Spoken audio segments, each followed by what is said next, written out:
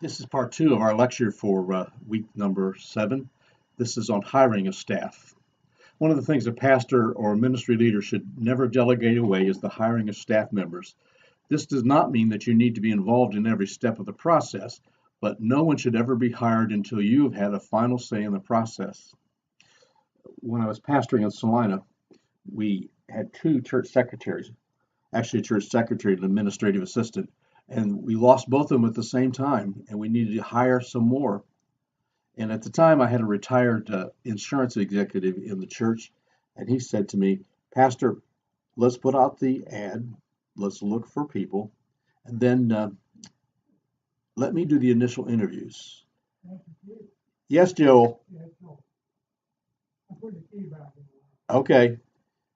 Sorry for the interruption. Dr. Steve, we're going to have applicants. Why don't you let me go through them? I have lots of experience with this, which he did. That was part of his job in the insurance company, was to manage staff. And I will sort them out according to the guidelines that we have established together. And I'll find the 3 or 4 best candidates, let you interview them, and then you can decide who you want to hire. In that town, we had 50 some applicants for the 2 jobs.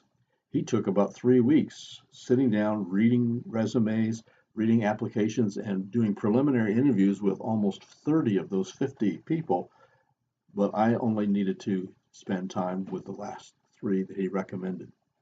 But I needed to be there because those persons were going to be working with me and for me. Now, your involvement may be less for some jobs like the janitor or the maintenance staff. In fact, I usually let the trustees deal with that. But with key players, you should always have veto power. The church needs to understand that if you don't think that's the right person for the job, they will not hire that person. The next key is to understand that the best supervision begins at hiring. Matt Keller in Up the Middle Church suggests that we look for 6 qualities in every candidate after being sure that they are healthy and maturing follower of Jesus Christ, which reflect what I look for in a staff. Number 1, are they teachable? Are they teachable? Are they continuing learning? Do they think they know it all already, or are they looking for new ideas? Are they willing to be corrected and guided? Number 2, adaptability and flexibility. If things can only be done a certain way, they're in trouble. Ministry is always a live performance. Number 3, a positive attitude. I believe a negative spirit is a sin, and a negative spirit will poison everything. They need to have a positive attitude. They need to have a demonstrably good work ethic. They give their time as they should, and they work well, and they should be self-starters. They shouldn't require micromanagement. The 5th one, pardon me, I had a count here, is humility. Are they people who understand that they must decrease so others can increase? Are they people who are willing to serve rather than be served all the time? Are they people who work together and build one another up? Or are they people who frankly want to make sure that they don't miss out any benefit and nobody gets an advantage over them? Are they willing to take a back seat while others take a front seat? Humility. And I look for creativity. The fact of the matter is, in our rapidly changing culture of ministry and rapidly changing communities, what we learn even now in seminary, within 5 to 6 years, some of it is going to be outdated, and you have to be able to creatively work with your situations as you grow. Now, always hire with a job description in hand, but be open to altering that as they work over a period of time, especially if they're creative and fully fulfilling their equipping role. Make it clear that you will expect them to pay the rent, as James Glass of Lancaster Seminary used to describe it. In other words, the job requirements that they signed on for, they need to make sure that they've done. Ask them for what their personal vision for ministry is and how they believe that they can help you achieve God's vision for the church. Everyone has a vision, personal vision. As an intentional interim, I help search committees look for pastors whose vision matches their vision as a church. But what is their personal vision? But when they come to an interview, have they read the church's vision? If they haven't read the church's vision already, they've not done their homework. But if they have no personal vision, let me tell you, do not hire them. And in the hiring process, remember, always, always, always check references. Don't pass over. In fact, go outside their references to other people you might know who know them, because, again, in this day and age, you need to know who's working for the church. One of the traps in any hiring process is when you are hiring under pressure. Todd Rhodes of Chemistry Staffing gives this counsel about this issue and the whole hiring process. He says, don't let urgency determine the hire. We know that urgency is a hard factor to quantify in a church. In some cases, an interim minister can take off the pressure from a search committee, while in other cases it may be urgent to hire a qualified candidate who has several other offers. However, in the case of a church that is struggling to find the right fit, I would advise patience for the right fit rather than lowering your standards. I tell churches there's a pastor out there or the staff member out there that God has already picked out for you. Your job is to discover who it is. Well, a church should ask why it's difficult to find a good fit for an open position. If the search begins to take too long, consider that waiting a little longer for the right fit may be pay off in the long run and save a lot of aggravation in the future if you hire the wrong person too fast. At least 3 times in ministry, I have hired youth pastors too fast. I did not explore sufficiently their immaturity and issues and or their family life. We didn't explore that carefully enough, and as a result, within about a year, those family issues or their personal issues or their debt load just undermined the ministry. Make sure that you have patience. Wait long enough so that you can avoid the aggravation in the future. This may mean that certain ministries may need to be placed on hold until that position is filled, but we have seen that patience pays off, says Todd Rhodes, in plenty of situations. He goes on to say, hire a staff member you personally like. Chemistry is important. When church leaders or the members of a church plan to interact with a new staff member on a weekly basis, sometimes in stressful, life-changing circumstances, the ability to relate with a candidate becomes all the more important for a new hire. Consider which candidate appears the most personable and empathetic during interviews. This won't tell you everything you need to know about the candidate, but you also can't overlook that aspect of a ministry candidate. Rhodes says, is this the person you want to show up at the hospital if your family has a health crisis? Is this the person you want counseling your kids in difficult situations? Is this the person you want representing the church when new people come through the door? Would you trust this person to support you in the midst of a conflict in the church? Chambersburg Church of God includes an element of interaction with the rest of the key staff as a part of the hiring process. The staff and their spouses. Although they do not get a vote, their insights are extremely helpful in getting the right fit, and quite often the candidates that they hire, the most recent being Steve Diabase, the new, we call the United Pastor, is the very, very contemporary service of Chambersburg, has found that knowing that staff also made him want to be a part of that church. Test staff members before you hire them. There are many personality, management, and spiritual gift tests available, and having candidates complete these prior to making a hiring decision can help you get a better idea of what drives them and how they interact with others. While the Myers-Briggs is among the most popular, there are certainly many other tests, such as DISC, Caliper Profile, Gallup Strengths Finder, and an Enneagram that can spark important discussions about personality and leadership styles. While these tests have their limitations, the goal isn't to stick people into boxes. Rather, these tests can guide discussions and help both sides get a better sense of how a candidate may or may not fit a position. Now, Todd's group, Chemistry Staffing, are strong proponents of assessments, but we think churches many times wait too long to actually assess their candidates in areas of theology and philosophy of ministry and personality and skills and other abilities. That's almost the last questions we ask instead of the first questions. That's why I believe, as they do, that it's important to do those assessments at the front end of the interview process. And let me add one other item. Hire people who share your vision, who have a healthy work ethic, and who complement your gifts. It helps to have a diversity of temperaments and skills in the church. You don't want to hire people who just absolutely like you. There's no balance in the group. There's no complimenting if they're just like you. Don't be afraid of people who are different from you. As long as they share the fundamental values of ministry and the fundamental faith of Jesus Christ, let them be different kinds of people with different personalities, different skills, different passions. We're going to take a few moments here and talk about support and supervision of staff. This is where the process can get very tricky.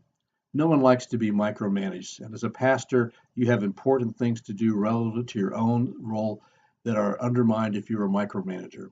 But as the items mentioned in my rules, you need to be aware of what's going on, and the staff needs to know that it is their responsibility to keep you informed. They need to come to you. Expect a staff member to do their job, but do not do it for them. Trust their expertise and learn to coach it to its fullness. If you've hired a music director because they understand music, don't tell them how to do it. Don't assume that you know everything there is about music. Don't assume that your limited knowledge about music should trump their knowledge about music. But what you do is to help them grow to their maximum. I had a wonderful associate pastor at Landisville. His name was Barry Sellers. And Barry's main job was visitation, particularly the older part of the congregation. He did almost all the hospital visitation. I only did hospital visits when he was on vacation. But one day I told him, I'm going to go to the hospital today. I'd like to see Sam's in the hospital. I just thought I'd drop in to see him. And Barry looked at me and said, why? Well, I just want to go see Sam. Don't you have other things to do? I do, but I just want to go see Sam. Am I not doing my job right? No, you do fine. Steve, let me tell you, please don't go see Sam. You know, we have finally gotten to this church where people don't expect the pastor to visit everybody, and people have now understood the visit from me or a visit from the elders of the visitation team is of the very same quality as a visit from you. That our visitation is valid and useful. If you go visit Sam, then the word's going to get out, and when other people go into the hospital, they're going to expect you to visit them. Will make my job tougher. Please do not go. What would you tell Sam I said hi? Be glad to. I'll tell him you even thought you would come, but I told you not to. But I understood what Barry was saying. Don't undermine his job. Let him do his job. Now, I want to tell you that regular team meetings are needed. The frequency depends on the size and complexity of your church, but each staff member also needs regular one-on-one time with you. So you have weekly staff meetings, and then you have scheduled times with each staff member to work with you as well. A weekly staff meeting, which I think should never be less than bi-weekly, is essential, and all your staff should be a part of it. And by all your staff, I mean administrative assistants, program directors. Let the janitor come, but don't leave people out of a staff meeting, not the big one. A simple formula for a staff meeting would be to connect with each other to see how you're doing, celebrate and share things that are going on in your life, pray for needs that are identified, celebrate further praises that may emerge as you're talking, then let each staff member update their area of ministry and note the follow-up and the connections that are needed. You note them so that you can follow up on them as well. And then do any priority business. Then discuss emerging threats. Do we see things coming up that maybe we need to be ready for, prepared for? Maybe we're being paranoid, but it's better to be alert than to ignore. And then always close by praying for the church. Now, in the latter case, an agenda might simply be this. They come to see you, and maybe your appointment is for an hour once a week or once every other week, depending on your schedule. But the first question you ask is, what is God doing in your life this week? Or where have you seen God working in your life this week? Then ask them how they are doing as a person this week. How's their family? In other words, deal with their things first. You don't need to take a lot of time, but you need to show attention to that. But then ask them to tell you what's going on in your ministry right now. What are you working on? What do you hope to accomplish from that? How can we help? It doesn't have to be a complicated agenda, but I need to tell you that staff members can't just see you in a group. There are times when they need the ability to talk to you one-on-one, and when it's regularly scheduled, they tend to bring things up when they're needed instead of waiting until there's a crisis.